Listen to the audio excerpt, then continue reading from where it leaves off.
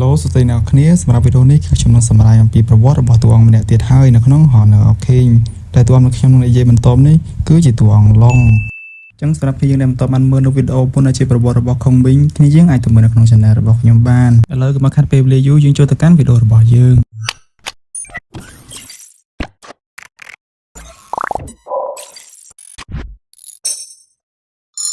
អររយៈពេលរាប់ពាន់ឆ្នាំរឿងរ៉ាវរបស់មនុស្សតែងតែនិយាយពីមួយចំនួនទៅមួយចំនួនជួងទៅតាមរឿងព្រេងនានាមិនថាជារឿងប្រឌិតឬក៏ជាការពិតហើយរឿងមួយដែលមនុស្សគ្រប់គ្នាតែងតែនិយាយរហូតនោះគឺជាការរស់ឡើងវិញនៃកូនខ្មោចនាបុរាណហើយវាគឺបានកើតឡើងពីឥទ្ធិពលនៃធម្មជាតិនៅតាមចម្ពោះថ្មីនៃពេលវេលាអ្នកមានជីវិតថ្មីទាំងនេះបានកើតឡើងជាច្រើនហើយពូជសាសន៍របស់ពួកគេបានរីកចម្រើនពីមួយចំនួនទៅមួយចំនួនហើយពួកគេបានទទួលស្គាល់ថាពិភពលោកគឺជាម្ដាយបង្កើតរបស់ពួកគេបានដើរជាមួយនឹងធម្មជាតិហើយសັບសំឡេងរបស់ពួកវារហូតមកដល់ថ្ងៃមួយបត្រានៃស្ដេចនេះដ៏អស្ចារ្យនេះបានបាត់បង់ទៅដោយបន្សល់ទុកនៅតែរឿងព្រេងដែលមិនបញ្ជាក់ប៉ុន្តែរឿងរ៉ាវមួយទៀតគឺមិនបានបាត់បង់ឡើយនោះគឺជាការចងចាំអំពីពិភពលោកនេះដែលធ្វើឲ្យពួកគេបានកើតឡើងនៅជុំវិញនាបុរាណនោះដោយអារម្មណ៍ដ៏ជ្រាលជ្រៅបំផុតកន្លងមកពួកគេក៏បានបង្កើតជាមួយនឹងគ្រីស្តាល់មួយដល់សកម្មភាពថ្ងៃណាមួយស្ដេចនេះនឹងអាចចាប់កំណើតមកវិញម្ដងទៀតបន្ទាប់ពីការចាក់ចេញរបស់ស្ដេចនេះអស់រយៈពេលជាច្រើនពាន់ឆ្នាំក្មេងប្រុសនេះបានចាប់កំណើតឡើងមកវិញតែមានស្នែកដុសទាំងសងខាងក្មេងប្រុសនេះគឺមានឈ្មោះថា Long ដែល Long បានរស់នៅជាមួយនឹងជីតារបស់គេនៅទីកន្លែងមួយដែលត្រូវបានបិទពីពិភពលោកហើយគេក៏បានចងចាំពីអតីតកាលរបស់គេនោះដែរហើយគេក៏បានសួរអំពីស្នែកនៅលើក្បាលរបស់គេ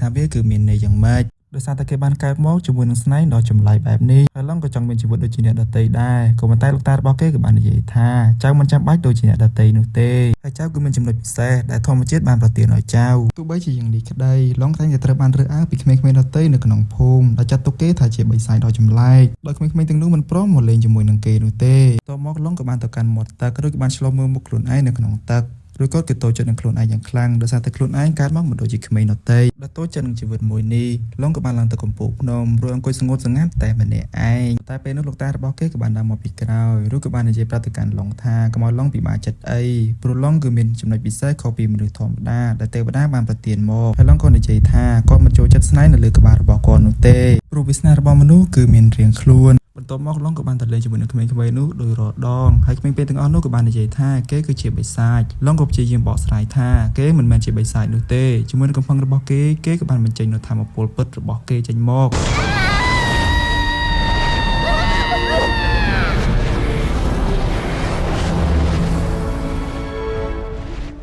ដែលឡុងគឺមានការភ្ញាក់ផ្អើលយ៉ាងខ្លាំងទៅលើធម៌ពលរបស់គេបន្ទាប់ពីពេលនោះមកឡុងក៏បានទៅនិយាយលេងជាមួយនឹងតារបស់គេរួចក៏បានសួរអំពីបទភ្លេងនៃតារបស់គេតែងតែផ្លុំរហូតមកហើយតារបស់គេក៏បាននិយាយថានេះគឺជាបទភ្លេងនៃស្រុកកំណើតរបស់យើងរយៈពេលក្រោយមកក្រោយពីដឹងថាខ្លួនឯងមានធម៌ពលខុសពីមនុស្សធម្មតាឡុងបានព្យាយាមហ្វឹកហាត់ពីមួយថ្ងៃទៅមួយថ្ងៃរហូតដល់គេបានធំឡើង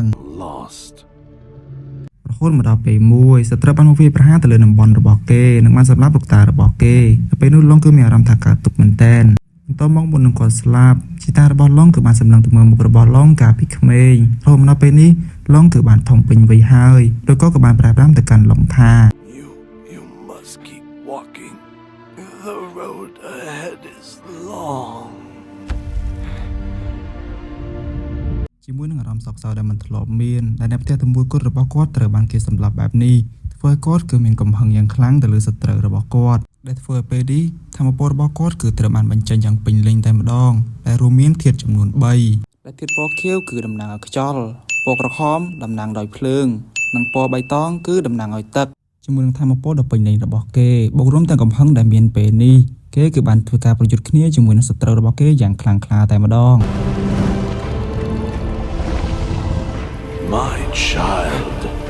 we are តែមុននឹងការប្រយុទ្ធចាប់ផ្ដើមលោកតារបស់គេក៏បានមកនិយាយលាគេជាលើកចុងក្រោយនិងបានប្រាប់ទៅកាន់ឡុងថាកុំយំទៀតឲ្យសោះព្រោះគាត់ក៏បាននិយាយថានេះគឺជាចម្រៀងនៃសង្គ្រាម our war song. Yeah!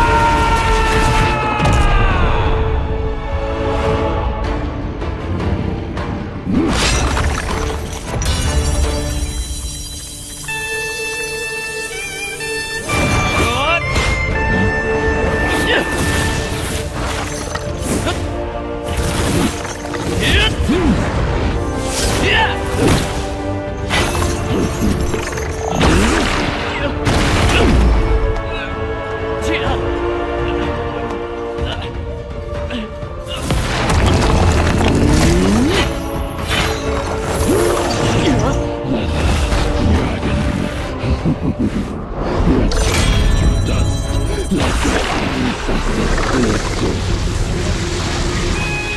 Keep dreaming!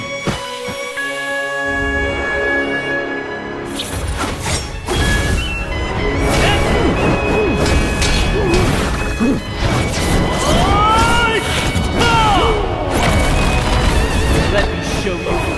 what dragons are capable of.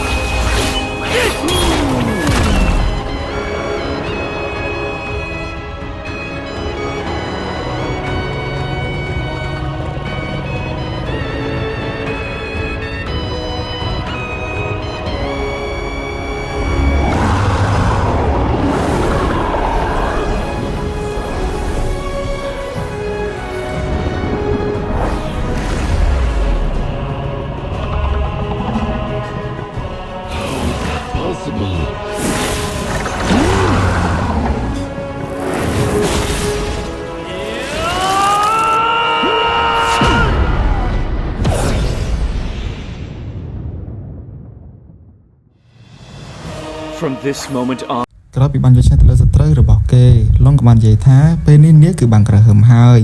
នៅទីនេះគឺនៅតែជាផ្ទះរបស់គេដូចមុនដដែលហើយគេនឹងរក្សាទុកនូវការចងចាំរបស់គេជាមួយនឹងលោកតារបស់គេជារៀងរហូតមកដល់ពេលនេះហើយសាច់រឿងនៃប្រវត្តិរបស់ឡុងគឺបានមកដល់ទីបញ្ចប់ហើយសម្រាប់វីដេអូក្រោយខ្ញុំក៏មិនទាន់ច្បាស់ថាធ្វើតាក់ទងជាមួយនឹង hero អីដែរ